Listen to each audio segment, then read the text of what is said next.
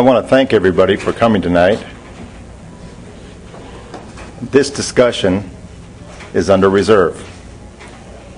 And also, this discussion is under the blood of Joshua, under his covenant. I want to thank everybody once again for coming tonight, and just repeat for the audio portion of this that this discussion tonight is under reserve, and this discussion is under the blood of Joshua. So I just and I might go into that a little bit and explain to you exactly what I've just done.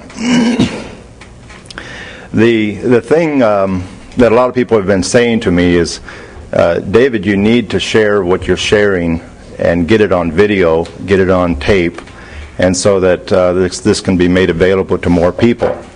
And my prayer is that the Spirit of the Almighty, and speaking through me tonight, any truth that you hear that speaks truth to your heart, receive that from Him. Anything that may not speak truth to your heart, well, just take it and chew on it. Later on, if you want to spit it out, spit out the bones, chew the meat, What this is all about is, when we're talking about what we're doing and we have a grassroots movement nationwide, have people understand who they are. When people hear words like sovereign, they hear words like redemption, they hear words such as the different statutes, the Uniform Commercial Code, secured party, creditor, which it used to be, now it's just secured party, debtor. A lot of people are confused about that, and then whenever the pressure comes on by the system, then they really get confused, because usually that's when a spirit of fear begins to attack their mind, and then they get flustered, and everything that they've heard before, it just goes out the window. And so what I always advise people is they have to count the cost. When you get into something like this and you want to make a stand for what is right, for righteousness, you need to take a look, listen, and before you jump in with 2 feet and start swimming in the water, you need to find out exactly who you are, number one. And when you have that comfort level, that comfort zone of who you are, then count the cost, be prepared for anything, and realize that in the scope of eternity, we're all here just in training. This is a boot camp. Here on this earth realm, we're just here as in training. Who are we? When you hear the term, who am I? Or who are you? We have in our language, we have pronouns, we have nouns, we have verbs, we have adjectives, and on and on and on. And you have to understand what type of language you're using with the system, because they understand what type of language they're using with you. And they train to understand, especially the administrative arbitrators, the ones that you see in what we call a court. That's really the chambers. It's really the king's bench. It's a bank. And that's why they have a cashier outside that collects money. And that's why all crimes are commercial crimes, because all crimes have a monetary value attached to it. It doesn't matter what it is. If you have a rock star that is accused of something, and the bail is set for $3 million so he can be free on his own recognizance, then he pays it if he has the money, and he's walking free. So all crimes are commercial crimes. Keep in mind also that in commerce, we use the word democracy, and you hear different teachers or people who are sharing, and this is a discussion forum. You hear that we are not the straw man, and people need to understand what the straw man is. And we've been taught that the straw man is the all uppercase spelling of our name. I contend that that is not so. I contend that the straw man is also the upper lowercase. When you take a look at any government form, any and every government form that you see, there will be a box and it says last name. Those words, last name, are for a fiction. They are not for a living soul. So it doesn't matter how you spell your last name, if that's what you believe you have. I do not have a last name. I have one given appellation, and that is David-Sidney. It's not two, it's one. And how I've made it one is with a hyphen to bring it together. Those two have now become one. Because I'm not two, I'm one. Then also I have a family name. Some say clan name. Some say the house of. But that's not my name.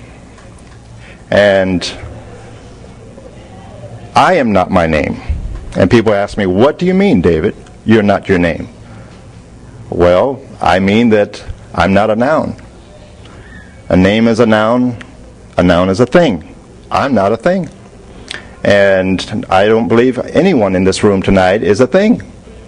And a thing can't walk, can't talk, can't sleep, can't eat, can't write, can't sign. So, who am I? I believe that whenever I meet someone, I don't walk away and say, I met a body. I walk away in the English language, I say, I met a person. Sometimes I'll add an adjective to the word person, which, as we know in the legal context, means corporation or corporate fiction. And I walk away and I say, I met a person. What we mean by that is we really mean that we met a living soul. We really mean that we met a personality. We really mean that we met a character. Someone has breath, someone that has volition, someone that is a sentient being, that has thought, that can speak, that can walk and talk, that has life. I go a step further and I believe that we are all spirit beings. And as a spirit being, I have a soul, which is my personality. It exhibits and manifests my spirit wants, my spirit desires, through my mind, my will, and my emotions. You might want to add character, or you might want to add personality, whatever you want to say there. And how can you see who I am? Well, we have a voice. And out of my spirit comes words. And I like to say that words are containers of spiritual force, either for good or for bad. Someone can run in this room, and if the environment in this room is happy and joyful, they can come in here and start waving a gun and cursing and everything else and threatening everybody, and all of a sudden, the environment of this room changes. It's no longer happiness, it's no longer joy, it becomes fearful and doubtful about what's going to happen next. So, whenever I meet someone, I walk away and I say, I met a living soul. But that sounds funny to us, doesn't it? Whenever we say that, and by the way, this is going to be, I'm discussing here at the very beginning, and then later on, if you have any questions or anything, please write them down, and we're going to open back and forth a little bit. That'd be fine. Give some analogies, and give to support what I'm saying. Let's take this as a letter. And let's say I'm writing a letter to you, or you, or you. And after I write the letter, and what do I put up here? I give your given appellation. The word appellation, if you look it up, really is talking about a title. And really, I put the definition of a living soul. I sign my autograph down here. Autograph is what we use, that term is used for living soul. So I sign my autograph, but before I sign my autograph, I put a word. And the word I put is by, B-Y, doesn't matter if the first letter is uppercase or lowercase, and then a colon. Colon, semicolon, put a colon. B-Y, colon. Just as the president of a corporation will sign by, colon, and put his autograph and comma president, or P-R-E-S, period. What is he doing? He's saying, I am not liable for any of the liens or the levies or debts of this corporation. If it's a huge corporation, when he puts by colon, that's what that means. A friend of Rice's said to me back about a year ago, he said that a senior officer of a bank 25 years ago told him, do not ever sign anything without BY colon. And what this does is it distances us completely from any liability. We are signing as an agent or an authorized representative for that corporate fiction name, whether the name is a corporation name or whether the name is our corporate fiction name. Let me give you the analogy. I sign my name, and now I ask the question. Here's a letter that I write to you. Some of you have heard this before. And my name is on it. All right? My autograph is on it. Am I on the letter? What's the answer? No. The next question. Can I get on the letter? No. Yes, I can. I take the letter and I put it on the floor, and now and it sounds silly, but I'm standing on the letter. So I am now literally on the letter. But as silly as that sounds, I can't really get into the postal system with that letter and speak with that party that I'm writing to. So I have to get off the letter. I get off the letter. Now what's on the letter? Footprints. Okay. What's on the letter is wet ink. May have dried already by now. Okay? And that ink is on a piece of paper. That's not me. Any more than when we look into a mirror and we point to the image in that mirror, we can't say that that's me. That's a reflection of me. This is me. Or this living soul goes by me whenever I speak of me. Because me can also be a noun. Okay, a pronoun. So I can be a pronoun, right? So we have to understand, even whenever you've heard me say before, in a discussion in a King's Bench area, which is also a vessel with a captain of the vessel flying a flag with a gold fringe around it, and he's the captain of the vessel, and the captain always makes the law, and he says, I make the law here. Don't you bring that constitutional stuff in here. Don't you bring that in. I say what goes in here. If he asks me, are you, and he says the name, and we've heard this before, are you addressing me? We answer with a question. And if he says yes, or she says yes, what do we say then? Or for these proceedings, I go by me, addressee. What did I say? Did I say I'm me for these proceedings, I'm me, addressee? Or did I say, for these proceedings, I go by me, addressee? He's the addressor, I'm the addressee. If he presses it, okay, I go by the one given appellation, David-Sidney, with the family name, Rideout, by me, addressee.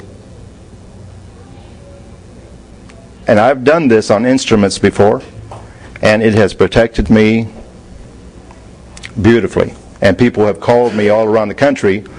I've done this on instruments in the banking system. And when I've done it, people have called me and said, people are getting arrested for something like what how come you're not? I said, well, number one, I pray. And I believe that the Almighty has His angels about me. I believe that I stand by and under the blood covenant of Yehoshua, our Savior. He's our Messiah. And that's the Hebrew name that He went by. And also I say, and I believe His Spirit gave me wisdom to know how to sign. So I'm not liable for this. Some of the other things, the little practical things, if you're doing a document, put down at the bottom right, front and back, your initials or your thumbprint. And above it, you can do it in red ink, it helps. Red ink is how the Pope signs, signifying that he's a living soul. He's a flesh and blood man. Okay? And above it, it's nice to always have the word seal. Capital S, lowercase e-a-l. And then beside it, to the left, put the word copy claim connected with a hyphen. Copy and claim. Next to seal. To the left. to the left of your seal. All right? You remember the signet seal? Yeah. What are we doing? We're putting the seal. And for you all here in Texas, I highly recommend that you fly the Bonnie Blue at the top left, and you put a $1 postage stamp over here, taking a red pen and signing over it with your autograph with the word "by" in front of it with a colon, and then underneath it with the autograph. Put the words "with the autograph." Whoever has that is the postmaster in commerce. All right? Over here, the flag establishes what law this is flying under.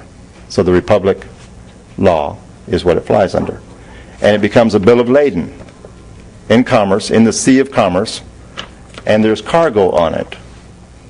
If your intellectual property, which is on it, that you've done into the county records, and also in the Uniform Commercial Code, that is cargo.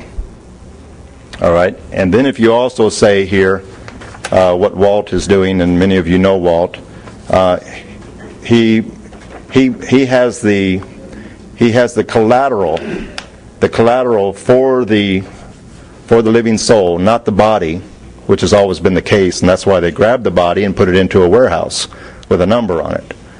And they don't call that warehouse property. They don't call it by the name. They call it by the number. And so now the other thing I wanted to say was, just to give an analogy, is I asked the question, before we were born into this earth realm, I asked the question, were you alive? What's the answer? Yes. Where were you alive? In the womb. In the womb of your flesh and blood mother. All right? Did you have a name? Most likely no. Except your Creator knew you. Your Creator knew who you were. He may have had a name for you. We don't know. All right? He may have had a title or some way of indicating that you are different than this baby over here that's in this mother's womb. All right? And sometimes the flesh and blood mother on this earth realm, they will name their baby before the baby is actually birthed. All right? So the next question I ask is, which follows this, is pretty logical, is when you were born through the birth canal, that live birth of the flesh and blood living soul coming out into this world, all right? In all normal cases, were you alive? Yes. Were you breathing? Yes. Could you move? Yes. Could you scream? Could you cry? Absolutely. How many of you had the name?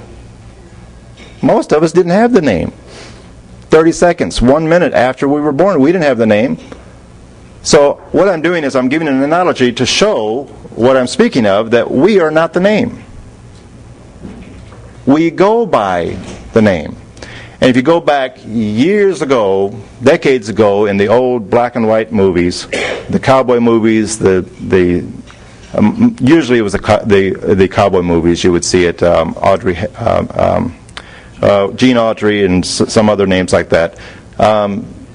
You would hear the actors actually introduce themselves in the movie to some other character in the movie by, I go by the name, or the name is, and they put the definite article in front of their name. The name is. But rarely did you ever see them say, or hear them say, I am John Wayne. They would say, I go by the name John Wayne, or I go by John Wayne. And if you really want to start seeing some reactions, do it with what we call a public servant. It doesn't matter who the public servant is. It could be a clerk that's taking some money. It could be someone in a quote-unquote government building. Just try it. They ask you what your name is, and say, I go by David. I go by John. I go by Mary. And if you really want to get a reaction out of them, say, I go by the name David. I've had them respond to me all the time. All the time. Either they look at me in silence when their jaw drops open, or they look at me and say, you go by the name, huh? Oh, you go by the name. And they mock me. And I look at them and I say, yes, that's right. I go by the name. And I wonder if they really are cognitively aware of what I'm saying, or if it's the Spirit that may be behind this whole system, in this big matrix system that we're living in but we're not of it. We're living in it. Some of us are of it, and if we make ourselves of it with the system, or our hand contracting with the system. So this another analogy is, if you pull out what we commonly call an ID, and if you have someone say, "That's you. That's you, isn't it?" and they're pointing to the picture on the ID. Well, is that you? If they say that to me, I say, no, that's not me. And I've said it to them before. I've said it to the policy enforcers. Policy is a little bit longer than police, but it means the same thing. They're enforcing policies, codes, rules, and regulations of a corporation. The city of Dallas is a corporation, city of Irving's a corporation, city of Arlington's a corporation, city of wherever, Fort Worth, they're all corporations. And they all have corporate charters. And all these public servants are all under oath. They have an oath of office to uphold the corporate charter. And one of the things that the corporate charter is very, very clear about is that the corporation is not to violate the rights of the people. If we go into a summons, or if we go into an invitation, I should say, we, the living soul, we walk in and we're answering to that name. If we do not put a certified copy of the oath of office of that public servant sitting up there on that bench, if we don't put that in, and you can obtain it from the Secretary of State's office. Now, if you're given trouble about obtaining that certified copy, then you can invoke the oath of office by saying, "For the record, upon your oath of office." That's all you have to say. It's for the record, and you are now invoking his oath of office. You will see a huge difference of how that case goes forward, how those proceedings go forward. For the record, because everything in a record court is for the record. That's why there's a recorder, a court recorder. What's called a court recorder. For the record, upon your oath of office. And you can't say it too many times. You can't say it you parrot. Just be a parrot. Everything you say, for the record. For the record, upon your oath of office. May I have your name, please? If you're in commerce and you're conducting your commercial affairs, don't you like to know who you're doing business with? I do. And I want it for the record. If I'm ever told, raise your right hand and swear, right? Well, isn't it only fair that the oath of office, that he has raised his right hand, or she has raised their right hand, isn't it only fair that for the record, that is invoked for the record, and you call that to remembrance for those proceedings? It's only fair. Try to get one of them to actually swear that they will tell the truth, the whole truth, and nothing but the truth. So help me God. Right? Try to get any of them to do that. Try to get the prosecuting attorney to do that. Or the attorney for the quote-unquote fictitious plaintiff. I just mentioned something. I'm just flowing here, so sometimes you'll hear me go off on tangents. If you look in Black's Law Dictionary, 7th edition, Black's Law Dictionary, you look under fictitious plaintiff. And it says very clearly that a fictitious plaintiff is perpetrating a fraud upon the court. Isn't that wonderful? I think it's wonderful news. I think it's great. Because the day will come that Yahushua said, that day will come that they will grab you and they will drag you before the magistrates, before the judges. Take no thought in that day, in that hour, what you're going to say. For the Holy Spirit of your Creator, He will bring to your remembrance all things. And He will bring to you the words to say. But what do we need to do prior to that time? We need to study to show ourselves approved. All right? So all of this all ties into the authorized version of the Crown Scriptures. The Crown has authorized the version, and it was King James of England that gave the authorized version. There's another authorized version that they really go by as well, and I believe it's the Catholic Church. But the Catholic Church and England were in they were in treaty. They were in contract at the time, and they still are in contract. So everything is all the strings are being pulled by the universal church. So we have a lot of words that we really don't understand what we're saying that have come into our language from all different sources. And like, for example, recently we heard in a meeting last week, I believe it was last week, that Mark got up. Is that right? He got up and he related his testimony, his version of what happened being incarcerated for a short period of time and how he got out. And he said that they had him sign a PR bond. Okay, how many of you know what a PR bond is? Some of you do. All right. Personal recognizance bond. I had a friend over in Texarkana. She had heard this from somebody else. She gives me a call, all excited. She's a grandmother, and she said, "Hey, I heard something that you're going to be really interested in." She said, a guy down in Florida recently walked into a case that he was just at the end of his rope. And he walked in, and he was sitting in the peanut gallery and waiting for his name to be called. All right? And that was the fiction name. He did understand that. And he didn't really know exactly what he was going to say. He had a lot of things that were going through his mind. He was apprehensive. And when the name was called, he stood up without answering, without opening his mouth, and he walked forward into the bar, opened it up, and walked in. Now, what's for the record? If the court reporter is typing anything, all she or he can type is someone walked in to the court area, to the bar.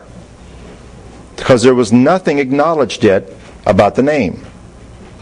The name was called, but they have to get our acknowledgement, verbal acknowledgement. Are you such and such a name?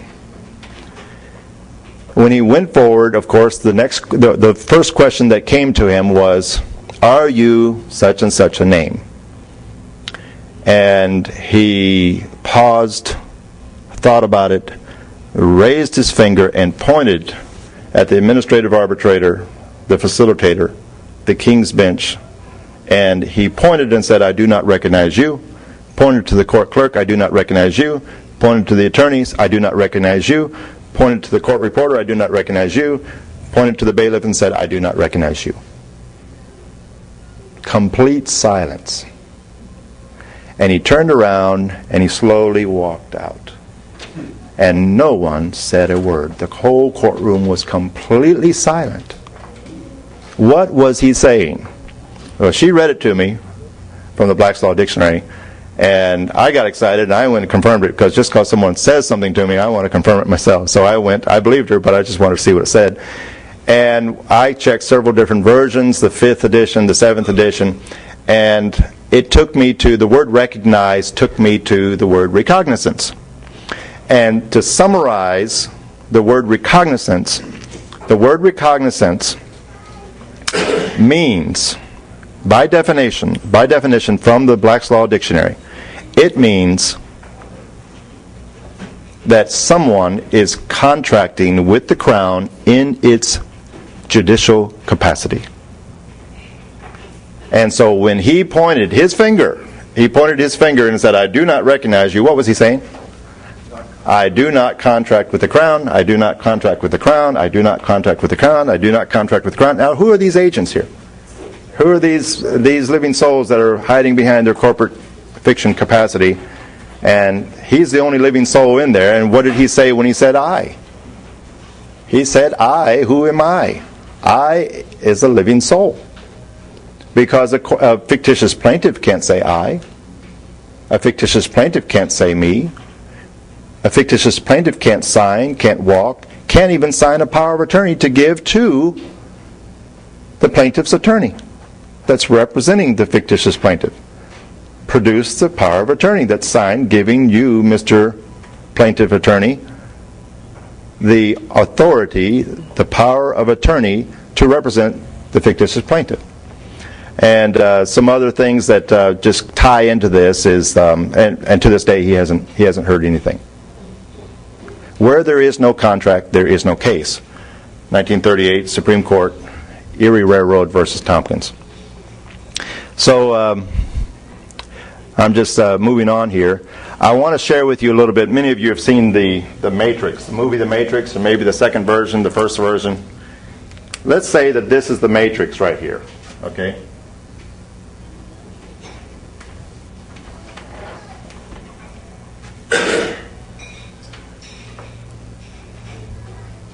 Joe, what did the when we looked this up, was it ecclesiastical matrix? What did it say that talked about the Catholic Church and having all of its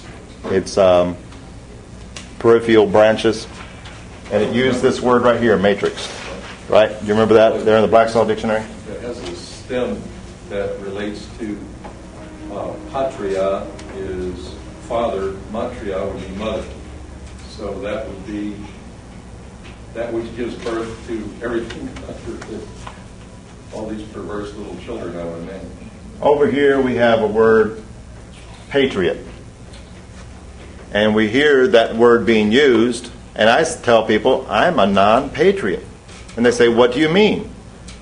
And I say, well, if you look at the root word, as Joe just shared with us, the root word in the Latin is patria, okay, meaning father, all right? And this is the Holy Father in the Vatican. All right? So if I'm a patriot, I am somehow the son of that Holy Father. We also have a word that we see too, S-E-E. Usually it's capital S and lowercase e-e. And sometimes we see the word holy in front of that word. I believe we have tried and tried. I've looked and looked for a definition of that word. Maybe I should go to the Catholic. I haven't found it yet. But if anybody finds it, please let me know. I'd like to find out. But the Holy See is the Holy State. All right? And I believe it's been translated to mean state. So whenever you have the member states of the United Nations, those are member sees of the Holy See. Whenever you have the United States, you have United Seas. So what do we live here in? We live on the land called the Republic of Texas. We are Texians. And this is the word that was used in 1836. Nowadays, the state has come in and they're using the word Texan. But I'm not a Texan, I'm a Texian. I'm standing on this soil, and so I'm living in the Republic of Texas. So if we look at this word here, we have an act, and a Patriot Act that was put through and approved recently by our federal corporation in the District of Columbia, the government of the District of Columbia, 10 square miles. And they put that through, and it really caused a lot of concern in Congress and the Senate and everything, so they showed concern, and waiting to see how people would react to it. And then there was a Roman numeral 2 that came after it, that came out. So anyone that is this word here and calls themselves this name is under this act, is agreeing to contract with that act that has been put out. So we need to be careful, need to be cautious about what words we're calling ourselves. So right here we have this right here. Let's look at something. I also call myself stateless because I'm sealess. S-E-E-L-E-S-S. I may have coined that term, I don't know, but I'm stateless, that's for sure. And so this side over here, we have a matrix that's a debt monetary system. We have the debtor side and we have the creditor side over here. Okay? All of this that's in this square here, in the world, this is the world, the whole thing is all about corporate fictions. Everything in this square is fiction. It's not real. It's perception. And if you saw the movie The Matrix, you know that as they went in there, they thought they were in there. And actually what happened in there could really affect their living soul body. If they died in the Matrix, they believed that they were really dying and their heart stopped. If they got socked or hit, you saw the blood running down. Okay?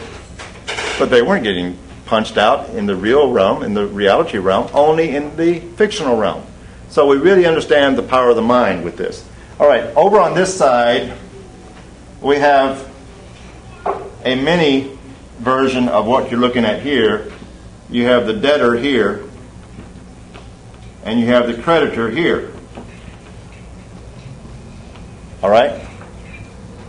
So you have the debtor and the creditor. Over here you have the creditor. And what's going on here? This over here is really the crown as an agent for the Vatican. The state of the Vatican. All right? And don't get me wrong, I am not anti-Catholic. I'm not anti-Protestant.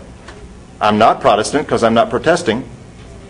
And as a sovereign, born a sovereign, created by the great sovereign of the universe, the one supreme being, the Almighty, the creator of the seen and the unseen, the visible and the invisible, I was created in His image and in His likeness. And if you study out the scriptures, you will notice that there was taught to us by our Savior that God, this term that we use, God, is a spirit. And those that worship God must worship Him in spirit and truth. Now, whether or not you believe in this, that doesn't matter. For these purposes, what I'm saying is we go back to the beginning, and if people believe in the creation story, we see that God created man, male and female, in His likeness and in His image. Well, it stands to reason that if He's spirit, then He created us in His image and in His likeness as spirit beings. So I ask people, is God in the universe? I say no. I say the universe is in God. And that does a number on our finite minds. Let's go back to this. Okay? Debtor and creditor. In this system over here, let's just take this country here. We have someone up here that goes by this title. And that is in a 10 square mile called D.C. And that's a government. There is a government of the District of Columbia. You go on the website, type in Government of the District of Columbia, and you'll see the website pops up. That 10 square mile area is a government. And that corporation, it's a federal corporation that's in that 10 square miles, has brought all of us through the birth certificate. I'm not going to go into a lot of that because most of you understand this, and if you don't, start going to some websites, put in the word redemption, put in the word, there's some very good websites. Go ahead and give me some. Does anybody know? Some websites.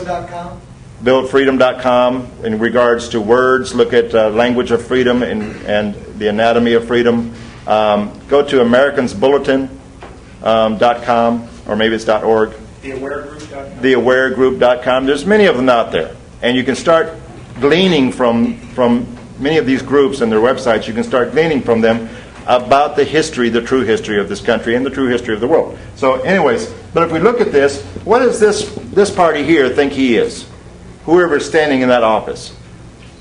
The creditor, right? But he's really the debtor. He's the debtor to whom? To the big creditor over here.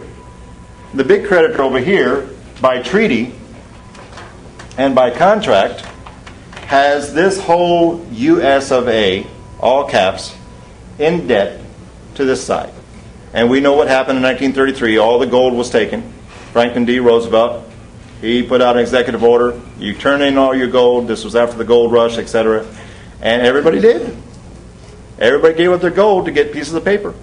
And he said, well, these pieces of paper, they have precious metals back in them, and you can go in and you can exchange it for precious metal, like silver. Up until 1972, you could take in a U.S. dollar, and if you went into a bank and you asked for a silver dollar, if they had it, they'd give it to you. Try doing that today. You can't. So there's no intrinsic value metal or no intrinsic value anything that is backing these pieces of paper with ink on them. So what gives it the value? What gives it the value is the full faith of the people. The full faith of the people of the world that use this. And we call this system here the world. Okay? This is the world system. So over here, if you understand generally accepted accounting principles, if not, go get Accounting for Dummies at Barnes & Noble or some other bookstore, and start understanding how to balance an account, a statement. And when you start understanding this, and I'm not an expert on this, but I have a limited knowledge of it, but I do understand that you cannot take a debt instrument with one line through it, not two lines. It's an S with one line through it. If I owe you $100, I cannot pay that with another debt instrument. A debt instrument is what? In banking terminology, the word note means promise to pay. So you look at what we call United States dollars, and the top it says note, Federal Reserve note. By the way, for those of you that don't know the Federal Reserve banking system, they will tell you this. They have a brochure. They will tell you themselves. It is a private banking system. This is one of the only, in fact, the only private bank in the world that acts as a central bank for a country that I know of. But I could be wrong. There could be other ones out there. So that word note means promise to pay. So what are we operating over here in? This is what we call the money of account side. This is the money of exchange side that has intrinsic value over here, gold, silver, other precious metals, as well as our exemption, and I'll get to that a little bit later. All right? So over here, what do you have to do to balance this off? All right? This is the plus side, and this is the minus side. The only way to pay a debt is with intrinsic value wealth or money of exchange. You can't pay a debt with a debt. Because if you do, what happens is if you put another $100 here that is a debt note, promise to pay, and what do you have? You have $200. And it keeps driving that deeper and deeper and deeper until you are just a super debtor. All right? So how do we get out of this? Well, there was something called the House Joint Resolution, June 5th, 1933, and they never told us how to get out of it. So anytime that we try to discharge this, really the Congress is supposed to discharge this. They are the ones that promised, our representatives. They promised to discharge all of our debts dollar for dollar.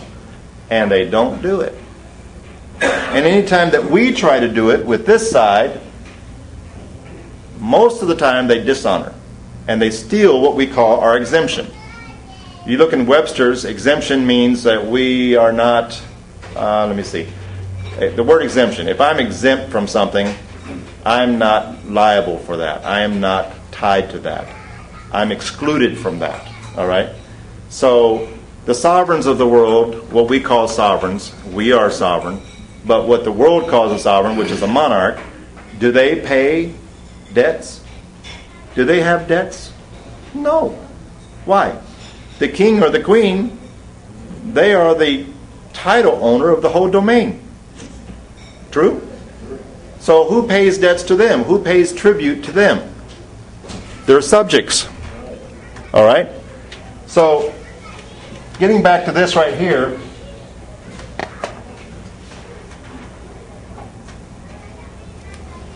let me do some red ink here so we can, this is the living soul side. All right? We have the word exemption. Exemption. Okay? What is exemption? Do you remember in the movie The Matrix? If you haven't seen it, go see it. In the movie The Matrix, how did the whole fictional robotic machine world, how did it get its energy to exist? From human life. From human life. They grew the babies in these big artificial wombs, and they had some type of connection there that was extracting the electromagnetic grid around our bodies around the bodies of the living souls, the flesh and blood men and women, and they were extracting that as electricity. All right? And a lot of this whole system operates based upon electricity. If you have a battery, let's say you have a battery, and a battery has a positive pole and a negative pole. All right? And you notice that in the commercial world, they use words such as charge. You go to a store, and what do? They charge your credit card. And what do you do when you sign it? Do you know what you're doing when you sign it?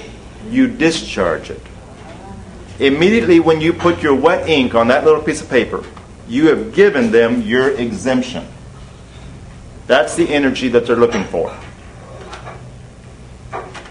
All right?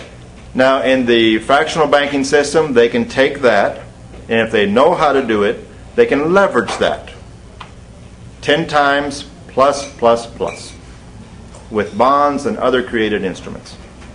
All right? But definitely what they do with it is they take that and they will send it over to this side to the Department of the Treasury. Notice I didn't say U.S. Department of the Treasury. This is just the Department of the Treasury.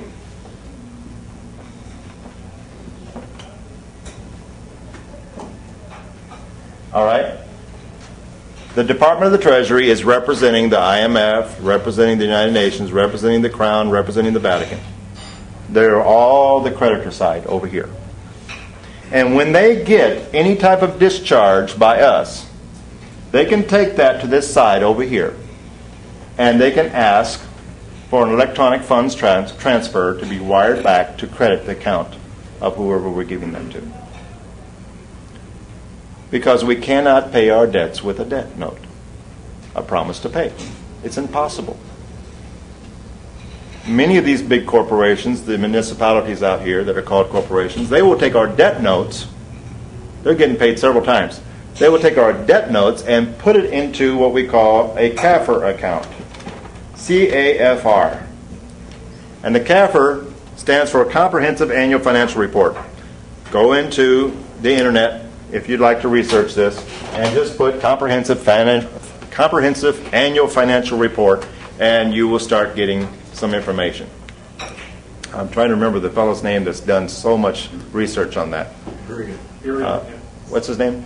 Burian. What's his first name? Walter Burian. He has done excellent research on this. So the CAFR account is actually like the old banking system. And the old banking system was that any of these commercial banks out here were not allowed to loan money unless there was a compensating balance that the bank was holding by its depositors. So if they had $100 million, then they could loan that amount or a percentage of that amount, give or take, out to the commercial market. A construction company or a developer wanted to come and get a line of credit, they could loan that. And what were they doing? They were using the compensating balance account there. And the CAFR account is really just that. It's a compensating balance account in accounting that has to sit into an account and it cannot be touched. Why? Because from that compensating balance account is created debt instruments called bonds or whatever you may want, and they can do it 10 times. If they have $1 million in that CAFR account, they can have a bond of $10 million and trade it on the world bond markets. So when you get a ticket, what's going on? If you get a, let's say, $200 ticket, that goes into the CAFR account along with all the others, and the units that are in there will be used to be a compensating balance for the bonds or the fresh cut bank paper that is being traded on the world markets. That's what's going on.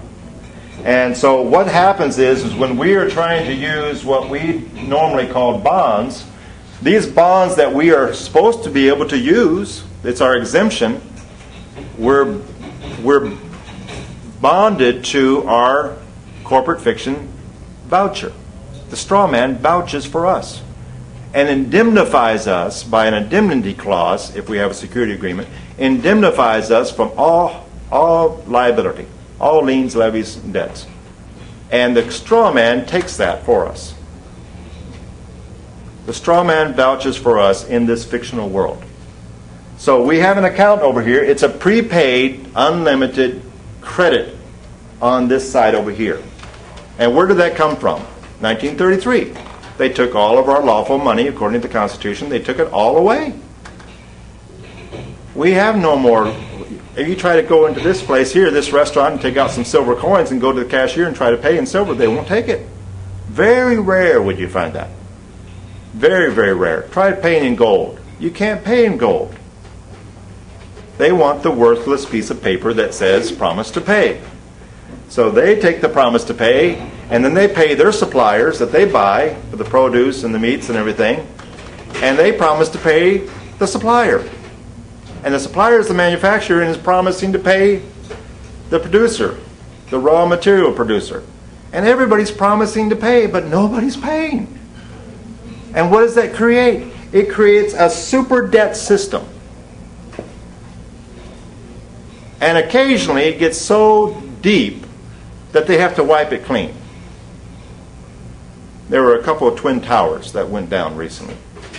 And trillions, I forget how many, of these debt instruments were wiped out. How many is that? 30? 40? 40 trillion. 40 trillion were wiped out in one day. Now they get to start over again. At the end of every 70 years, the federal corporation got to wipe it out. The international bankruptcy, 70, 70, 70, from 1789 to 1999, 210 years, every single president that comes into this federal corporation agrees to keep the bankruptcy going to the crown. So when you have a bankruptcy, don't you have collateral? So what happened with the bankruptcy? Whenever the bankruptcy happened back in 1789, do we all know what happened? What happened was, whenever the crown picked up the notes from France and from the Netherlands that financed the Revolutionary War for the colonialists, the crown picked them up by treaty. The King of England was the King of France. So when the colonial bank of the United States defaulted on the notes, 18 million livre, guess who picked up the notes? You are my debtors again. So since 1789, so we were really a free nation from 1776 to 1789. And since that time, anybody that has been domiciled in the District of Columbia, and that's what they do with the birth certificate, they get us to be domiciles of the District of Columbia. So we are now occupying the different states that are territories of that District of Columbia. That's why you have an occupation. People don't understand the power of words. Every time, and going back to the word recognize that I spoke of before, we use this word recognize. Oh, I recognize him. Oh, I recognize her. And what are we saying every time we say the word recognize? I contract with the crown. I'm a subject of the crown. And we don't understand what has happened in our language. And how do we free ourselves from this? So this is all kind of messed up here, but let me start over again here a little bit. All right? So what's happening with our exemption? Our exemption is that we were and still are, we're the preferred shareholders of the United States of America, the federal corporation and all its agencies. We are the preferred shareholders, and the bodies have become the collateral for the bankruptcy. And the energy of the people, we the people have become the collateral for the bankruptcy of this federal corporation. That every time we sign our name without bicolon and without under reserve or without prejudice, sometimes people like to put UCC 1-207 or UCC 1-308 now. If we don't reserve all of our rights, we are signing as surety and guarantor for the liens and the levies of that bankrupt corporation, which makes the living soul, we're saying we're a corporate fiction, that we're that fiction name, that straw man name. So when we look at all this, how do we get out of this? If they're not going to honor this side, they're all a bunch of crooks. This is the whole banking side, including the corporations that have their banks within the corporation. You go down to something that's called the municipal court, that's a bank. Don't believe me? Go down and pay a ticket and see a line with a rope. And you have cashiers. And you go up to the teller that may say clerk or cashier, and you pay. It's a bank, but it only goes one way. It doesn't come back this way. It only goes one way. Because what they're telling us is, you are our debtor. You are our servant. Well, I contend that if we're the servant, then why don't they call us public servants? So that we can bow and scrape to our masters. If the official is called a public servant, shouldn't he be serving us? I grew up as a missionary kid in the country of Thailand.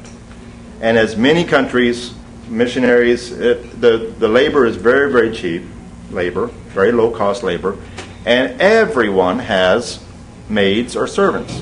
When you don't have electricity, or you're burning with kerosene lamps, or you may have electricity but you don't have air conditioning, and the weather is 110, 120 degrees with 100% humidity and it's not raining, you're sticking to yourself. So there's a lot of bathing going on, and at least 2 or 3 times a day. And one of the common ways that Thai people to this day greet each other is, have you had your shower yet? Have you had your bath yet? They want to make sure that you're comfortable. And it's just it's a cultural thing. But I grew up with servants. And I'll tell you, my servants never grabbed me by the neck and threw my body down, face first, into the ground, and stepped on the back of my neck, or put their knee into the back of my back and bent my arms back. They would have been fired immediately. Especially if the boss of the house found out, my dad or my mom. All right? They were being paid. We also are paying our public servants. That doesn't make us debtors. That makes us, if they're being paid out of our pocket, they are our servants. They should do what we say. All right? What has happened? What has happened to this whole matrix here? All right? We are really standing outside this matrix. And we live outside this matrix over here. And I'm going to get to, real quick here, I'm going to get to how if they're not going to honor our exemption, if they're not going to honor our unlimited prepaid credit on this side, then how do we get them to honor it? And Walter and Joe and forerunners like Barton and forerunners like Roger and forerunners like Rice and forerunners, there's many forerunners out there that have paid the price to lay the foundation to help us come to what the Spirit of the Almighty is revealing to us today. Okay? And so here we are out here, male or female, created in the image and the likeness of the Almighty. We're spirit beings walking around with souls, mind, will, and emotions, and we created everything. David, give me 1 second. Yeah. I've got to change the tape. We're changing the tape here. Okay, we're getting back here, and someone asked me what to write across the top right of your document, and you have a $1 stamp there. Remember, we are the creators of the creation fiction system. Which is greater, the creator or the creation? Creator. Can a fiction create itself? No. It's the creation. Can it speak? Can it walk? Can it talk? Can it eat? Can it sleep? Nothing. It can't do any of that.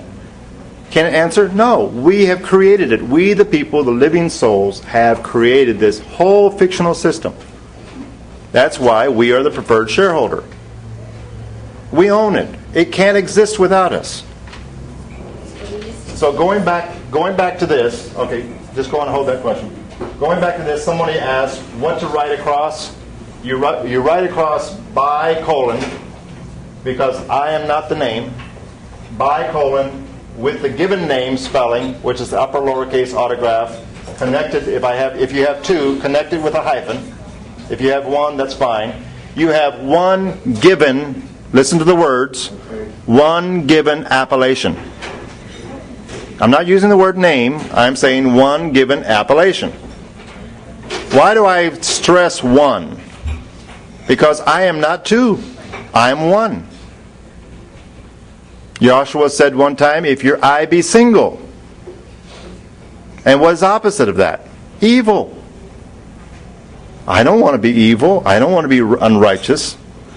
Because the righteous rule over the unrighteous. That's how it's designed. So anyone that's two, anyone that's doing business as with a DBA is not one, they're two. That's why I ask, may I have your name, please? For the record, upon your oath of office, may I have your name, please? What's he going to say? Or she going to say? You call me Judge Smith? Is that one or is that two? That's two. They know what this is. They know what it is. All right? So underneath we have with the autograph.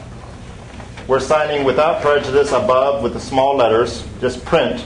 Very small. A lot of times I'll try to blend it in so it won't stand out. You don't want to draw attention. You want to live at peace with all men if you can. But if they ask me what it is, I just say that my counselor has told me this is the way to sign. Who is my counselor? All right. I put a copyright symbol because I've copyrighted copy claim. All right. So I put this across at an angle across the postage stamp and $1 postage stamp, making you the postmaster. This is your document in commerce, in the sea of commerce. It's a bill of lading, whatever the document is. No, this is not the document here, but whatever the document is. And you put a flag up at the top left, whatever flag you want to fly. I suggest that you fly a flag that signifies some type of sovereignty. The Hague Convention, The Hague in the Netherlands, has written to the Republic of Texas and said, we cannot rule on any matters of the Republic of Texas because the Republic of Texas is a sovereign nation. The Supreme Court of Texas, the State of Texas Corporation, has said the same thing. There is no treaty, legal or lawful treaty of annexation with the United States of America. We are an occupied nation. Occupied by the federal corporation called the United States of America. Enforced by the 5th Army in Killeen, Waco area.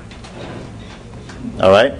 If you want to get justice nowadays, because under the War Powers Act and Trading with the Enemies Act, that was done way back, when was that, the 30s or the 40s? Whenever that was done, this United States of America corporation had to be able to justify their occupation of what they called territories. Well, this is not a territory. There's never been a treaty. This is one of the only sovereign nations, I believe it is the only sovereign nation left in the world today, that is proclaiming its sovereignty. All right? Now, it's okay to have a corporation, a huge corporation, come over the top of it. Just like you go to Austin, you find a big rotunda, and when the governor recently had the president of Mexico come, they were taking some photo ops, and they were standing on a big seal right in the rotunda with the Capitol building of the state of Texas over it. And what did their seal say? Republic of Texas. They're standing right on top of it. It's the foundation of where we live. We allow these corporations to come in. We don't want them to leave. We want them to just honor their oath of office, to uphold their corporate charter, to not violate the rights of the people. The Attorney General of this corporation, the state of Texas, and the Attorney General of every corporation out there, of every S-E-E, or state, those state corporations, they have someone that's called an Attorney General, and he has an oath of office to uphold the corporate charter. You know what his job duty is? One of his job duties? He is supposed to sue and go after any corporation that compels anyone to contract with a corporation. And they will do it.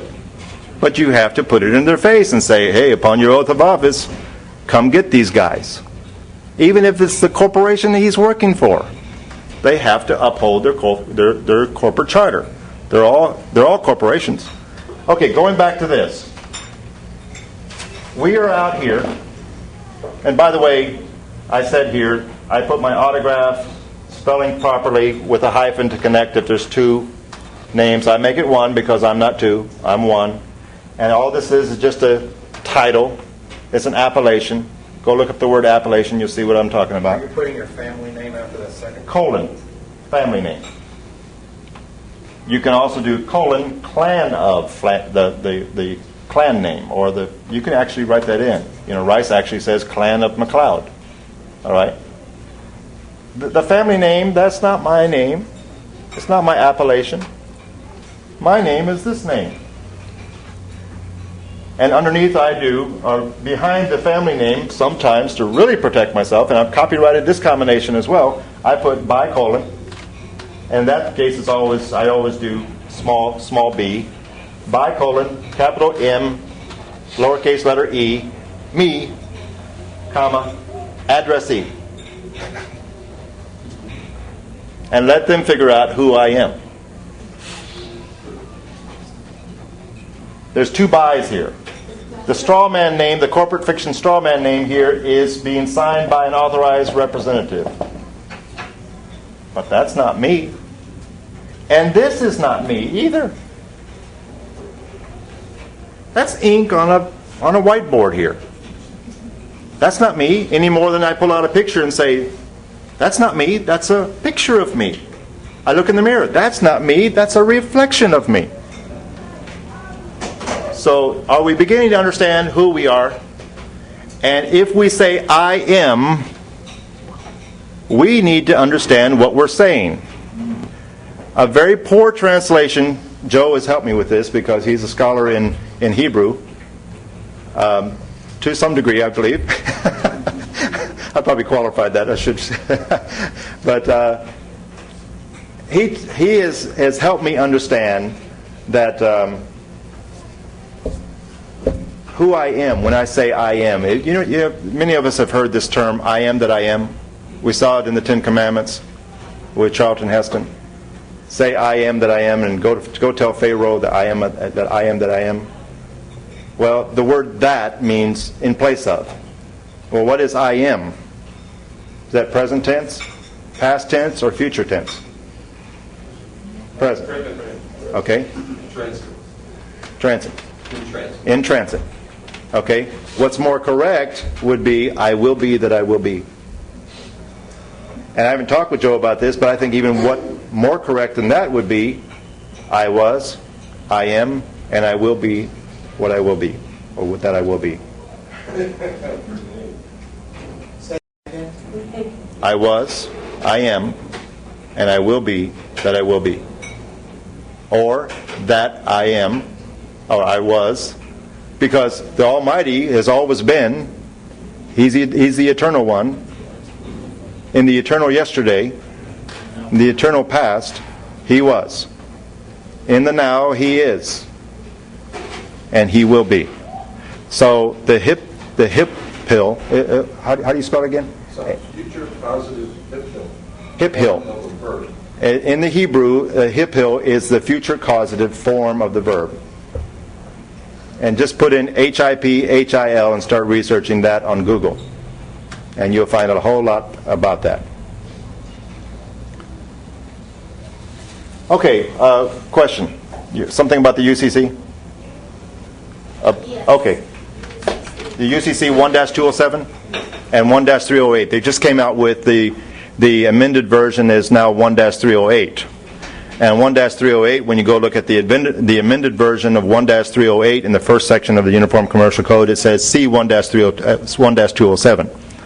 So they, I don't know what they're doing. It's like maybe they're trying to justify that if we use UCC 1-207, that we're incorrect and they can grab us because we didn't say UCC 1-308. But if you go look at UCC 1-308, what do you find? C 1-207. Let's go to the Anderson's commentary on the Uniform Commercial Code. If you go down to any civil law library, I've went down to the Dallas Civil Law Library and I researched this. It's a volume set of a commentary, the most recognized, as far as I understand, one of the, if not the most recognized commentary that's used by the judicial system for the Uniform Commercial Code, which the Supreme Court, by the way, has ruled is the law of the land, the Uniform Commercial Code. What is the Uniform Commercial Code? It's a codified version of the law of contracts, originally termed law merchants. between the merchants in Europe that traded with each other. And there was a court, the court of, and the administrator of the court was called the mayor of the court. And the enforcers of the court were called the constables. The court was really not called the court, it was called the stable. So the mayor of the stable had constables that were the enforcers of the stable. So when you had merchants that had a dispute, bring it before the mayor of the stable and ask the mayor of the stable, which is also called magistrate, ask the mayor of the stable, let's get this resolved. All right? When you go look at the Uniform Commercial Code, yes, I'm sorry. Then that is actually where when you see the magistrate, you're actually asking to see the magistrate. Absolutely. And if you want to invoice anybody in a corporation, invoice the mayor. I've done it, and it stopped everything. Okay, cool. I also invoiced a whole lot of other people, right down to the policy enforcer, and it stopped everything. To this day, 3 years have gone by, and nothing has happened. And I'll get to that a little bit in just a second here. Uniform Commercial Code, Anderson's commentary. You go look at it. Look at the first section. UCC 1-207, I recommend anybody do this. Go to your civil law library and ask the librarian to show you where the volume set for the Anderson's commentary of the Uniform Commercial Code. All right? You will find in section 1-207, I'm going to summarize what it says. It says that all you must do before you dialogue, either written or verbally, with the system is say a choice of three two-word terms: without prejudice, under reserve, or under protest. And the last one, I believe, is a trap. And I'll tell you why in a second. Without prejudice, it's a full reservation of rights. You are not entering into any controversy or protesting. You're not protesting. You're not entering into controversy, no dispute, no conflict, because a sovereign never does that. They accept everything. It doesn't matter if it's true or not. They accept it as true. They own everything. The acceptance for value basically means, thank you very much, I now own it. Thank you for giving it to me. I owned it in the first place because you're a fiction. All right? Under reserve, obviously, it means your rights, all your lawful rights given by your Creator are all under reserve. Under protest, why do I believe it's a trap?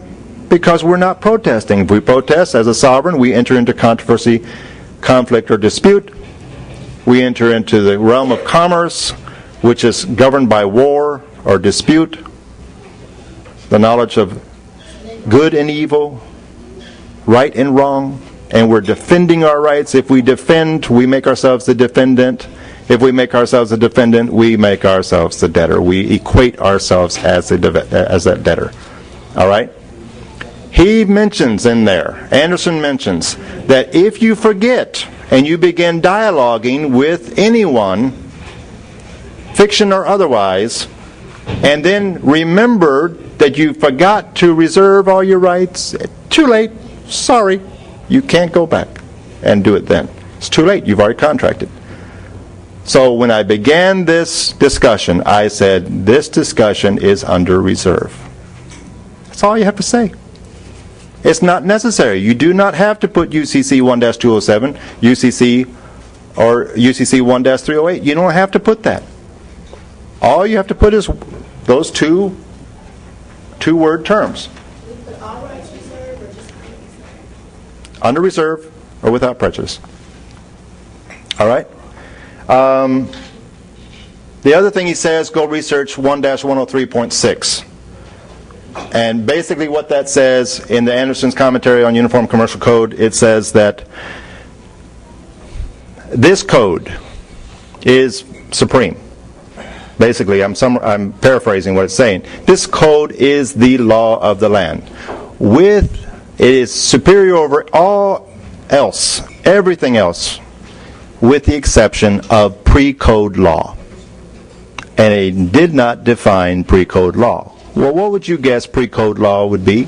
What was before the Uniform Commercial Code? Common law. How can common law be summed up in one sentence? You treat someone else the same way that you would have them treat you. The law of the people. the law of the people, the law of the Almighty that He gave us. It's the golden rule. All right? So now we have that. I think just a summary. It goes much deeper, and you can research that for yourself. Can you say that? Maybe UCC 1.306. UCC 1-103.6, UCC 1-207, and UCC 1-308, which is the amended version, which just points you back to 207. All right.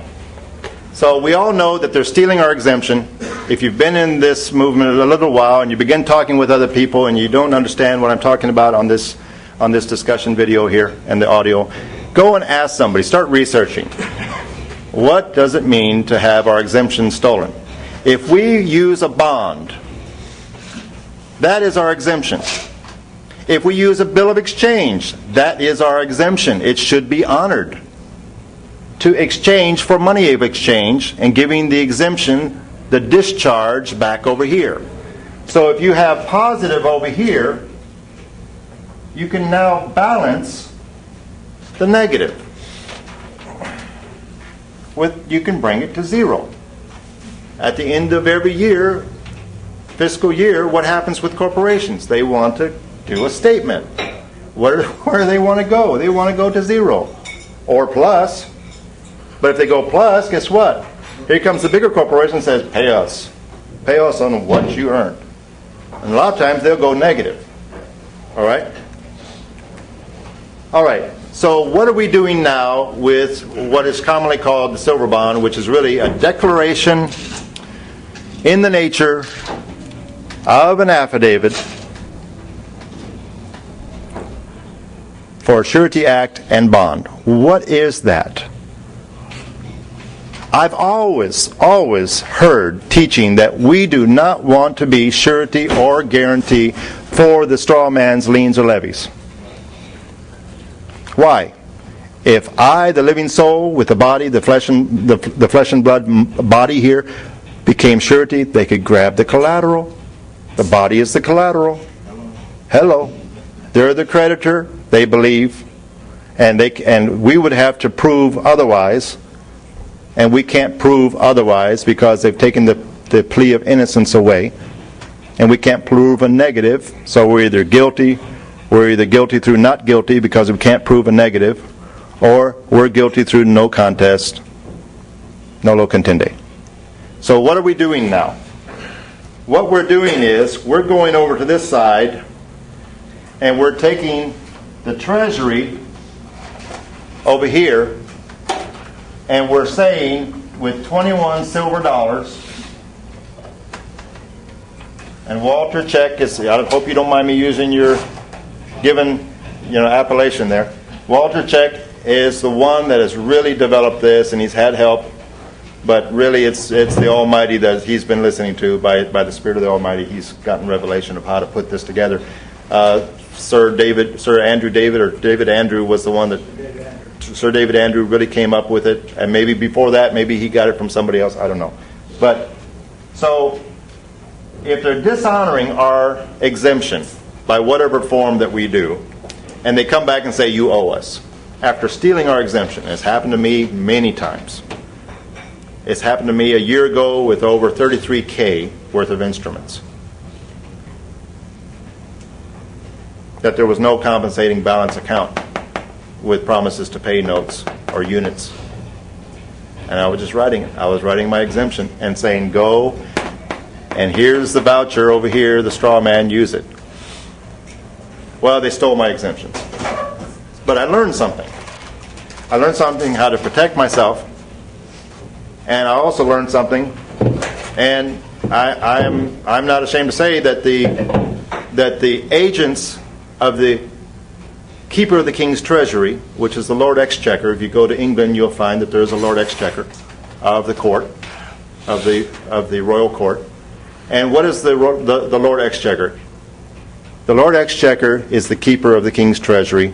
The King and Queen always had gold, silver, crown jewels, and everything else kept in a treasury. All right? Let me explain just a little story. I tell people that you go back 500 years ago in England, you have a king and queen, all right? So the king and queen there, they needed clothing. What would they do? They would put out a royal warrant, a demand proclamation to have one particular tailor out in the marketplace come and be the royal tailor. So here comes the royal tailor with his bolts of cloth, all the best cloth and the measuring tapes and his assistants and everything. They measure the royal family's bodies, etc. And they go back in the marketplace, make all the royal clothing, come back, do the fitting, and it's all finished with, and they just love it. All right? How does that royal tailor get paid? They're over on this side. How do they get paid? Does the Lord Exchequer, the keeper of the king's treasury, go to the treasury and say, let me see, I'll take a couple of these crown jewels here, I'll take a little bit of this gold doublets or here, or I'll take some silver here, and I'll go and pay them? No. What are they operating on over here? Debt instruments. Joshua said, bring me a coin. And what did they bring him? A worthless piece of metal. It wasn't gold, it wasn't silver. Whose picture is on the coin? Caesar's. Caesar's, the queen, right? So, or the king. All right? So, it's just now, we think it's valuable. Why? Hello? I don't know why. We just think it's valuable. We use it as a medium of exchange. But it really goes back to promise to pay, promise to pay, promise to pay. Everybody's promised to pay, and it buries deeper and deeper and deeper. And these people over here, the living souls over here that were born into the world with nothing, they go out the world without anything, and their flatulation stinks like everybody else's flatulation. They are saying, we're going to make you deeper and deeper and deeper debtors. All right? And that's why they keep on doing it, and we become deeper and deeper and deeper over here. They've taken our gold and our silver. Where did it go? Where is that gold and silver of our forefathers in this country? Do we know? Can we access it? No. Are we the rightful title owners of it? Or is it some fiction? There you go. So we can hold a little bit. But if you start accumulating a whole lot, I'm telling you, they'll come and knock on your door. So as collectors, we can collect. But we can't hoard that. We can't use that as a means of saying we are wealthy. All right? But the 21 silver dollars here, this 21 silver dollars, they recognize when we have that 21 silver dollars that we are not bankrupt. We are not that bankrupt corporate fiction name. And that's what the silver bond is all about. The silver of our own little treasury becomes the collateral, not the body. And it shocks them because they are looking for a crown right here. That's the only royalty, that's the only sovereign that they recognize in this whole fiction system. And here comes a crown out here and says, hello, I'll pay for that copyrighted, that deeded copyright, intellectual property, that's mine, in commerce, and I have lawful money to pay with. If you'd like to get this lawful money, here's what you have to do. Answer these questions point by point by point. Sign under the penalty of perjury with 3 witnesses. And by the way, if you don't do it in a certain period of time, you are completely estopped. And the estoppel language is in there, which means they are frozen. They can't do anything. Under the 72-hour rule, Truth in Lending Act, Regulation Z, if they don't answer, there is a contract. In 7 days, 4 more days from that 3 days, they are in default. 3 more days, a total of 10 days, summary judgment. Summary judgment. And you can go forward with involuntary bankruptcy on that corporation as a creditor. Yes? I have a question. Yes. Something takes place, let's say 1 o'clock in the afternoon, and you respond to it within 3 days, but let's say 5 o'clock in the afternoon instead. And you respond by mail, and it's dated the date of the 30. Are you still considered within the 3 days or not? That's a good question. I believe it's business days. Can you repeat the question? What the question is are the weekends counted, or holidays, weekends counted as, No, the hour. or the hour? Yeah. If the given of the contract is, let's say, at 1 o'clock in the afternoon, It's stamped that you signed for it at 1 o'clock. right, and you The time that it was stamped. So if you respond 2 hours later, you are out of the 72 hours and That's correct, but let me ask you the question. Are you a fiction? no sovereign. You're a sovereign. Did you attach your invoice? No. Did they use your copyrighted copy claim if you have a copyright copy claim? Yes. Yes. Can you attach the invoice for 1 million silver or 2 million, 3 million, however many counts of violation? Yes. Now that's where I'm getting to here. All right? They're going to steal our exemption. How do we hold their feet to the fire? I'll tell you how I did it. I did this 3 years ago, and it worked. It worked. I was presented by the city of Fort Worth, Texas, one of their policy enforcers. I was presented with a ticket. What is a ticket? A citation. What is a citation? A debt. They're saying, here, a bill, an invoice, whatever. Warrant means demand for payment. It doesn't matter. They all mean debt. All right? Are we the debtor? No. Who are they talking about? That name. If I sign the name without bicolon, I'm saying I'm not the agent. I am that name. I'm a thing. They got us. Contract. Okay? Now, what did I do? I attached my invoice to the policy enforcer. He used my deeded copyright. Thank you very much. Here's your $1 million invoice. I got his name, his badge number. I was very polite. He had a gun on his hip, you know. But he wanted to do business with me. It was in the public record. It had been there for some time.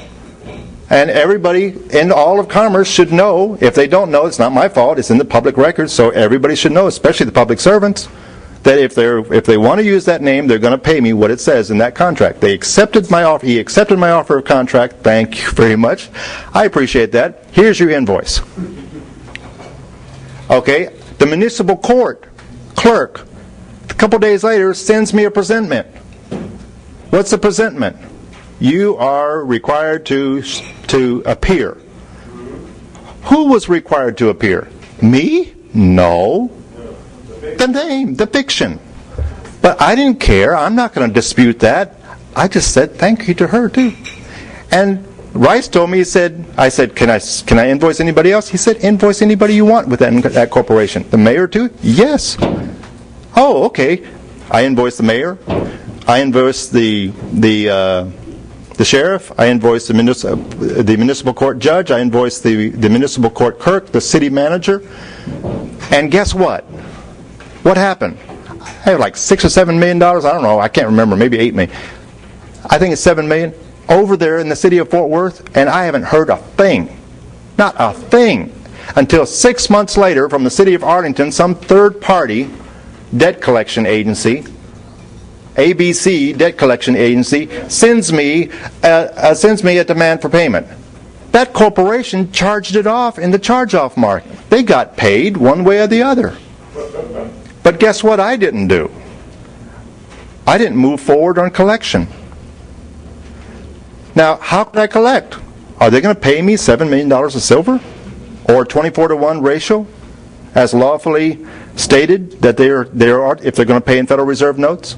Did they pay me? No. Can I collect? Yes. I have a summary judgment to this day. There is no statute of limitations for fraud. Here you go. You owe me. They're still my debtor. You think you're seeing a picture here of maybe why they didn't put out a warrant? I've been pulled over for the past 3 years several times, and I got in trouble because I didn't stick with that thing that worked. And now I'm coming back to it. Thank you, Joe. Thank you, Walter. Thank you, other people. Roger and Barton and other people. Rice. You have 10 minutes. Okay. Let's get really close to this. All right, let's review. If someone in this commercial realm here owes me $100 million in silver with 24-to-1 ratio, some corporation owes me, and they compel me illegally to contract with them, I'm going to reserve my rights when I contract with bicolon and under reserve. So it's not a lawful contract. Would it even be a lawful contract otherwise? It wouldn't even be lawful otherwise. Why? It's a one-party contract, one signature contract, unilateral contract. A lawful contract must have two living souls signatures or two living souls autographs. All right? So if this corporation owes me $100 million and then one of their agents comes over and pulls me over and says, pay $200 and used my name once, the 100 million has now become 101 million, has it not? Yes. And what do I attach with the ticket? Thank you very much. And what do I put on the ticket? I put accepted for value.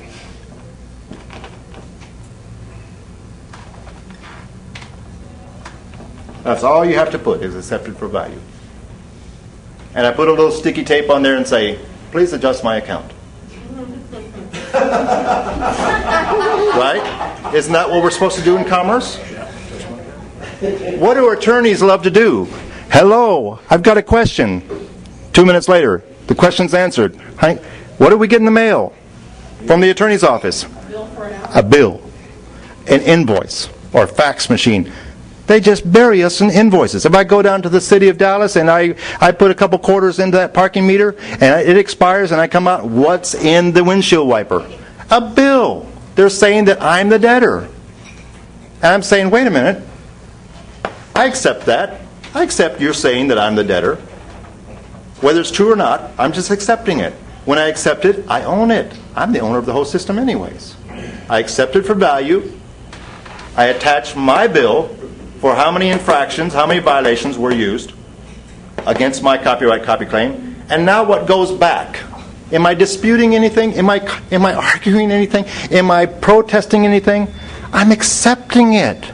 I'm saying thank you.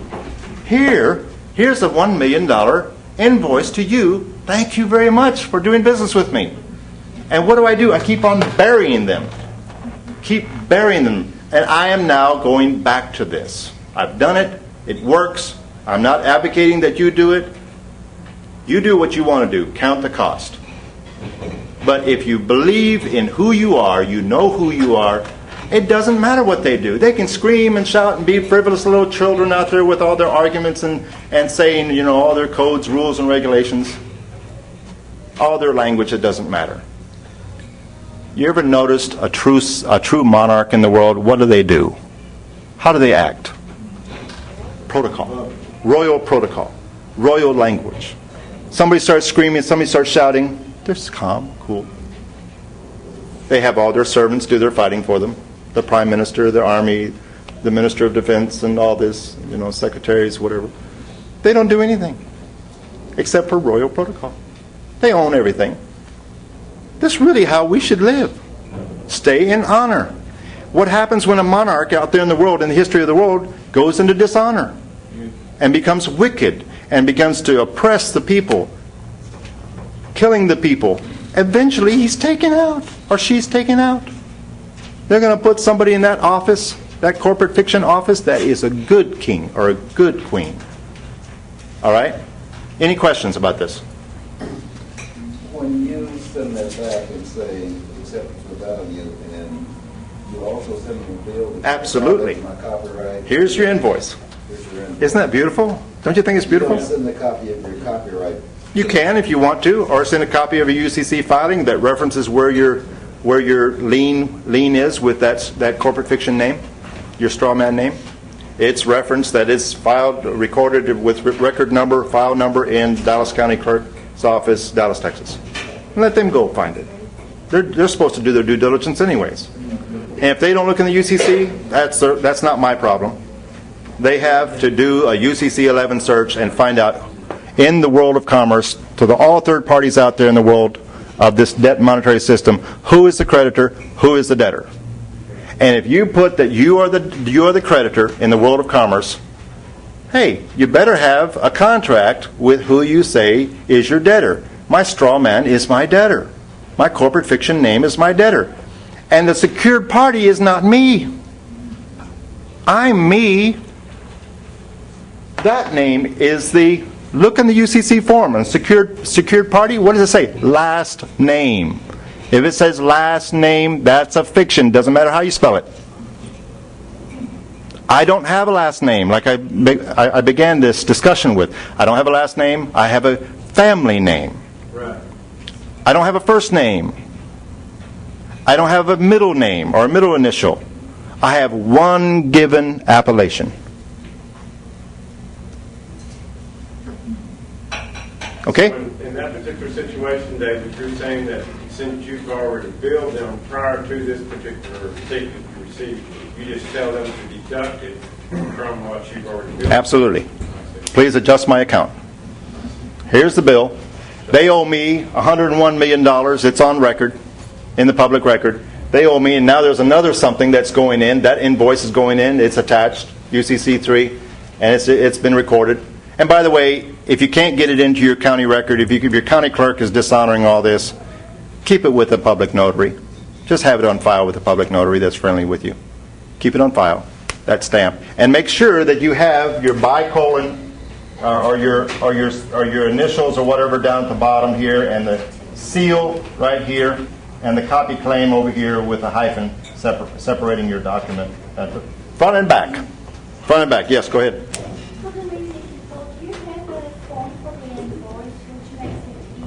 Rice does.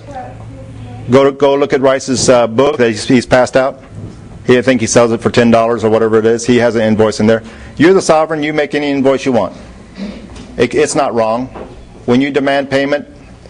Now, I did this without silver 3 years ago.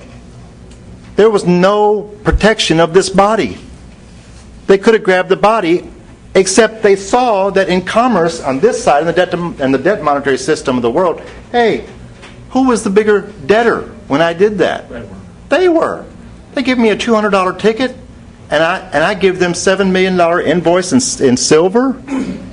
Excuse me. I did demand for them to pay silver, but I didn't. I was not. This body was not bonded with 21 silver dollars at the time. That's okay. They didn't know. It is bonded now with 21 silver dollars. Yes. So if you write a bond and don't If you're going to ask the question, please. Yes. The microphone. Or Either that, or go ahead and ask the question. I'll repeat it. because these people all over the country want to know what's being asked. Okay. If you write a bond that doesn't have the 21 pieces of silver in it, are you saying it's still honored? It may be honored. The majority of times we're finding that exemption is being dishonored. That's our energy. And the straw man is the voucher for that energy.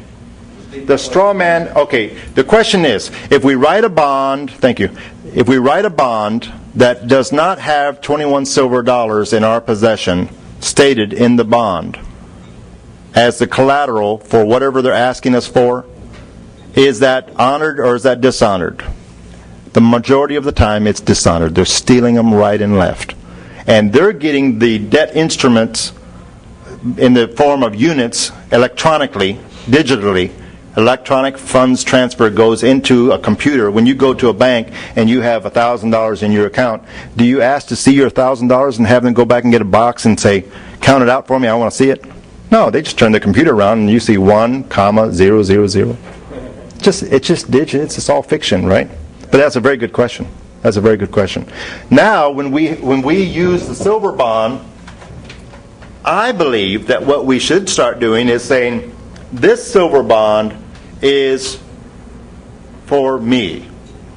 It really is the declaration of a sovereign that separates us from the corporate fiction straw man. Now they're stuck because they can't take the silver bond and go collect from this Secretary of the Treasury. That's a different crown. This is a different crown outside this whole fiction system, you see. They can't go collect with that silver bond. They have to collect with a bond where the voucher has a number. It's a straw man number. It's a corporate fiction number attached to our name. It's our last name of our straw man, corporate fiction. That is our bridge into this sea of commerce. This is all matrix. We have to have a bridge somehow. There has to be a connection. It's like a cable being stuck into the back of our head and plugs us in. Okay? That's the straw man. All right? So what I think we should start doing, and I haven't worked this out yet, and maybe we can start doing it, because we want the corporations to continue going. Now give them the bond without the silver. It's a promise to pay. Let them go get the payment of units in the debt monetary system over on this side. Now they can take that and they're going, whew, you know. Now they don't have to do whatever they do, and whoever the head of the corporation is has to pay it, or the judge has to pay it, or the attorney has to pay it. And what are we doing? They're starting to see that we become righteous sovereigns, that we are righteous kings and queens here on this earth. And we're saying, here you go, we will allow you to discharge what you charged. You charged us something that wasn't right. It wasn't us in the first place, but we'll let you keep on existing, and we'll help you keep going to keep this commerce system going. Here you go. Go get your electronic funds transfer and the units transferred back to discharge it. Yeah. In terms of time frame, when you talk about that, do you recommend sending both together, or sending the silver bond first, wait 3 days, send the other bond? Execute this thing? We haven't worked through that yet, but I believe that what we can do, what's going on now, which is so exciting, is this fiction system cannot step outside the fiction system and come over here and demand silver. They can't touch that silver. They can't touch the silver that's being held by the crown over here. All they can do is ask for the pieces of paper or the units that represent the pieces of paper promised to pay. So now, if you walked up and you handed some silver dollars to them, they'll take them. They'll steal them from you. Now, but if you ask them or tell them, hey, you don't ask, you never request, you tell them, you declare, come and get it. Here you go. It's right here. By the way, you have to do this, and do this, and you have to come out from behind the corporate veil in your living soul capacity, and you have to come and demand these 21 silver dollars. And they can't do it. Under bankruptcy, they can't do it. And they won't do it. They won't. And we're allowed to have 21 silver dollars. If we have 21 silver dollars or 20 silver dollars plus, we are non-bankrupt. They're bankrupt, we're non-bankrupt. Yes? 9 o'clock. Okay. So we keep on running. Just go on, and we can ask some questions and answers here until they ask us to leave. Okay. The question is, I understand, my understanding of the notice of demand, once you've already sent a credit bond to them, it puts them in a catch-22 situation. They can't go either way with it, as far as, you know. Okay, the question is that, and now you're not speaking of a silver bond, right? My understanding is that they will say or act like they can't do anything with it, and that's what they write back to us all the time, that they don't recognize it, but just demand for them and see if they will. If they will, then they're telling the truth. The majority of the time they won't, because they've already monetized it, and it's stamped all over the place by the Federal Reserve System that it's been monetized, and they've got it in some file somewhere in some filing cabinet. They've already used it, though. That's right. Is the second notice you're talking about? Okay, you're asking is a second notice. Okay, the silver bond is a declaration for a sovereign to protect the sovereign's living soul, flesh and blood body. All right? Otherwise, the sovereign's living soul, flesh and blood body is the collateral for the straw man. Sorry. All right? Now, the question is what do we do with the other bond to allow them to discharge the charge? We haven't gotten that far yet, but I think we already know what the bond looks like. Just write a bond and say, here you go, here's my energy. You could actually just put the word bond up there and put your ink there. Give it to them. They can actually take that and go and get energy from it. They can get the discharge. Absolutely. That's true. You might want to put a tracking number there, which is a Social Security number. Or registered mail, right? Always registered mail. Registered mail is signifying, in the world of commerce, the sea of commerce, is signifying that they are all foreign to our venue. It's international. We are not domiciled. Certified mail is saying that we are domiciled within their system, that we are a debtor. Well, we're fiction. Second notice, say registered. Registered mail. That's okay. Sovereign can't make a mistake, because you can always do a declaration in the form of a mistake affidavit. All right? Second affidavit. There's two questions. Yeah. Got a question over here? Okay, yeah, go ahead. Well, my question was, and you might have answered it just now, is how did you create this bond? Did you say, is that your answer is you can There's different examples out there, and yes, Rice McLeod has some very excellent examples. And you said as long I'm as sorry? Yeah. Go ahead and bring that, Walt. Walt has a very excellent example of the silver bond on this, and I don't know that you have the regular bond without the silver, right? But Rice McLeod does, and there's other people out there. And like I said, all they're looking for is the energy, which is your ink. That's all they need. And if you have the word bond, hey, you put the straw man's name, put bicolon under reserve, give them the ink, and they can take that and they can go and. That's right. Now, the Rices and some other people, they have wording in it, but they're fictions. They can't read. They don't exist. I don't even know what they're doing, even taking it to the credit society. They can't do anything. It's the agents, the living souls behind these corporate fictions, acting in their corporate fiction capacity, that are doing everything. And they think that they're not vulnerable that way. I'm telling you, they are all vulnerable. If they don't uphold their oath of office to uphold the corporate charter, our public servants are fictions, and we put them in, we can take them out. We don't want to take out the office. We want to take out the unjust servant, the unjust living soul that is hiding and operating ruthlessly as a rogue in that office.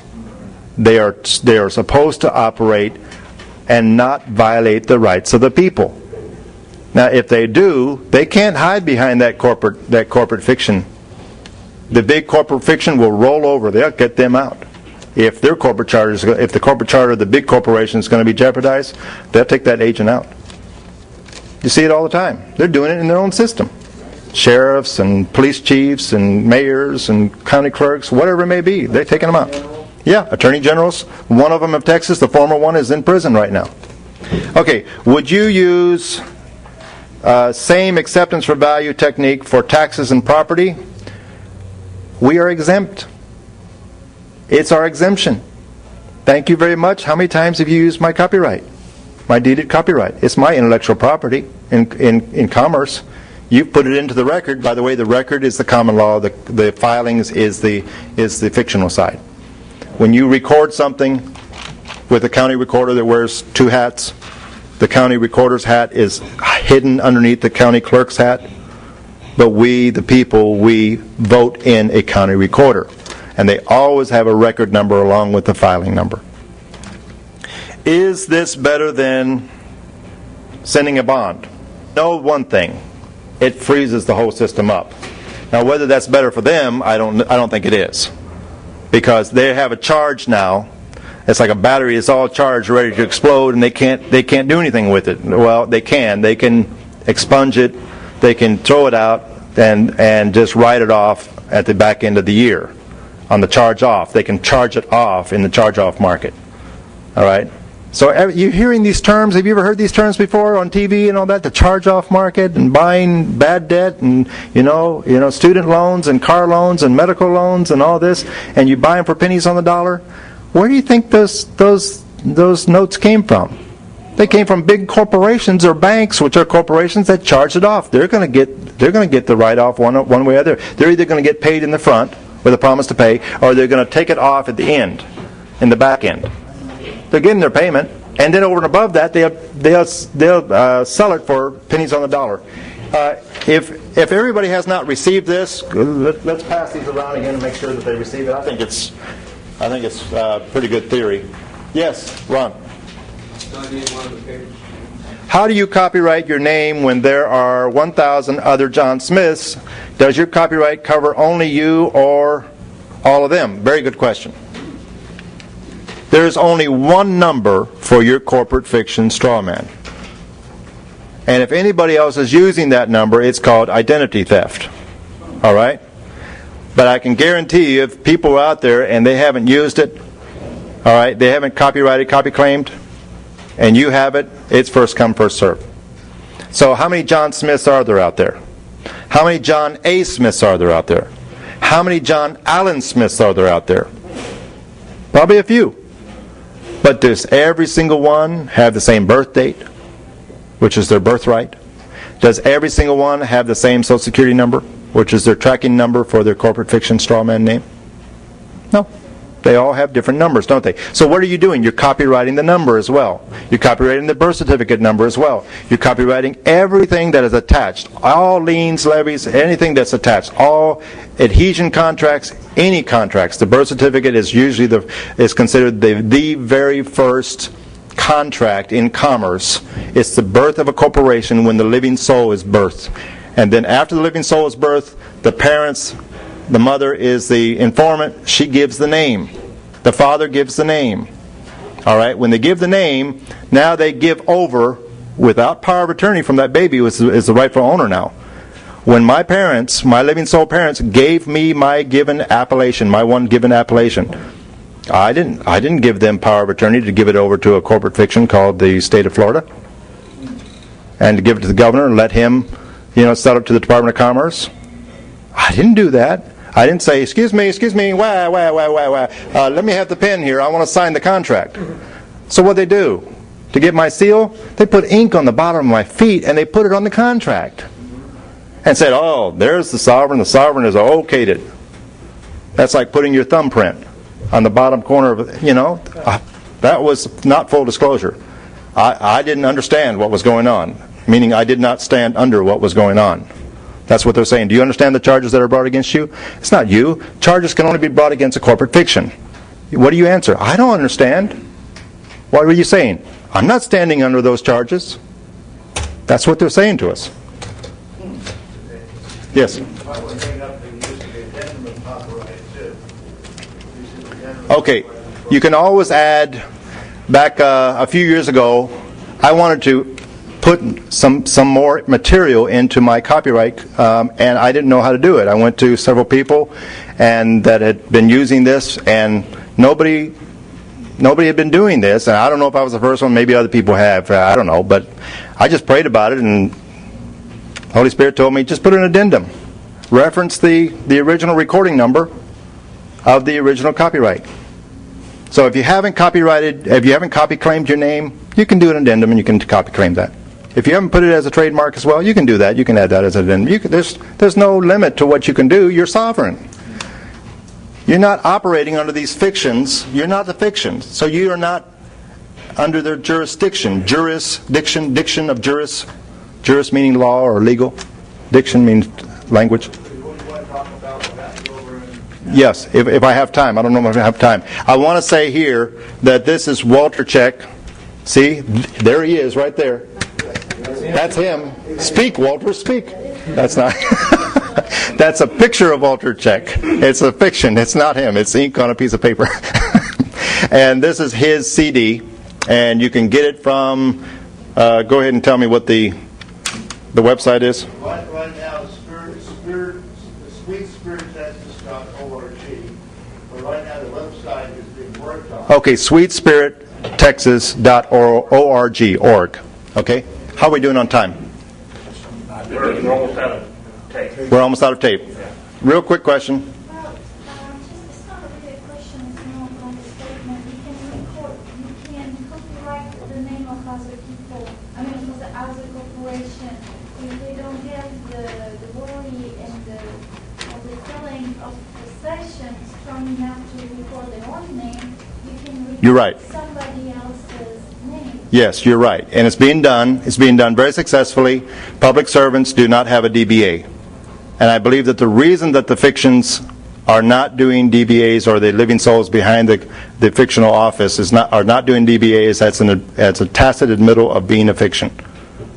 Doing business as a fiction.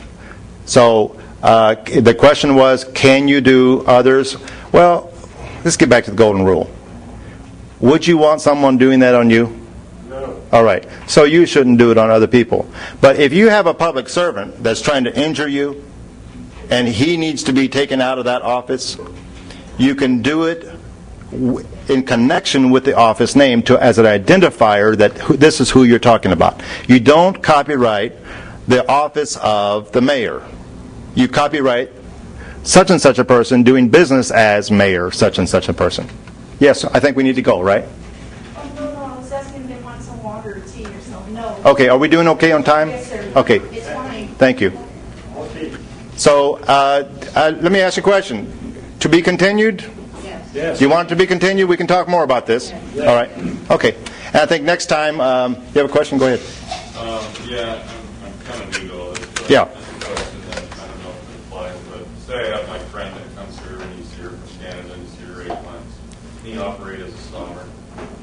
I didn't understand. Okay, the question is, suppose he... From here. Okay, suppose there's a friend that comes from another country and comes into this country. The question is, can he operate as a sovereign? I believe we are all born sovereign. When we begin to breathe, we are operating as a sovereign.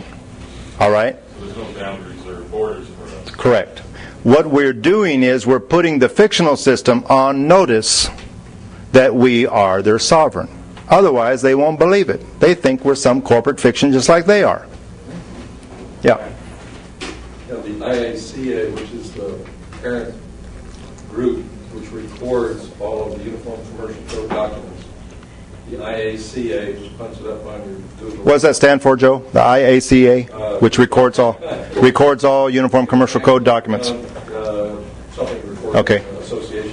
In any event, it's an So- international organization, and it deals with all English-speaking countries: United States, Canada, Great Britain, Australia, the territories, and New Zealand. So all those people are under British contract, common law, codified with the UCC. And you'll find a little lady that runs it up in Canada, where she lives. Well, I had some friends and they were, I think they called themselves commoners or something in Canada. And I know they drive their cars with no license, no registrations on them. And I guess one of our friends got pulled over and he said to the cop, "You're dismissed, servant." Well, they took him to jail, but they had to let him go. It's all a matter of words, and what we really need to start learning is the language of commerce. Because they know the language of commerce, and the attorneys, they twist the words. And any bar attorney, which is British Accredited Regency attorney, is twisting the English language. And that's why I mentioned a moment ago, do you understand the charges? Well, the charges can only be on a corporate fiction. So you say, no, I don't understand. I'm just here to find out who has a claim against me. Claims are from sovereigns to sovereigns. Yes? Can you mention something about what's going on in Abilene, Northwest? Some people don't know. Well, there's a city out here in West Texas. The question is, can I mention something about what's going on out in West Texas? The Living Soul servants, because they're acting in the capacity of a public servant, have been in dishonor for a long time, just like many of these municipal corporations and many of the state corporations and many of the federal corporations worldwide. All right? Most. And it's getting rampant. The question is, can I mention something about that? Well, I can just tell you we're right in the midst of it, and it's working. And the man that is the one that's signing for all these documents, we are continuing to coach him to stay in honor. Never argue, never dialogue once you've fired. When you fire an attorney or you fire a public servant, the fiction doesn't exist. That living soul operating DBA, doing business as this fiction, doesn't exist. And on top of that, the title ownership has changed now from the big state corporation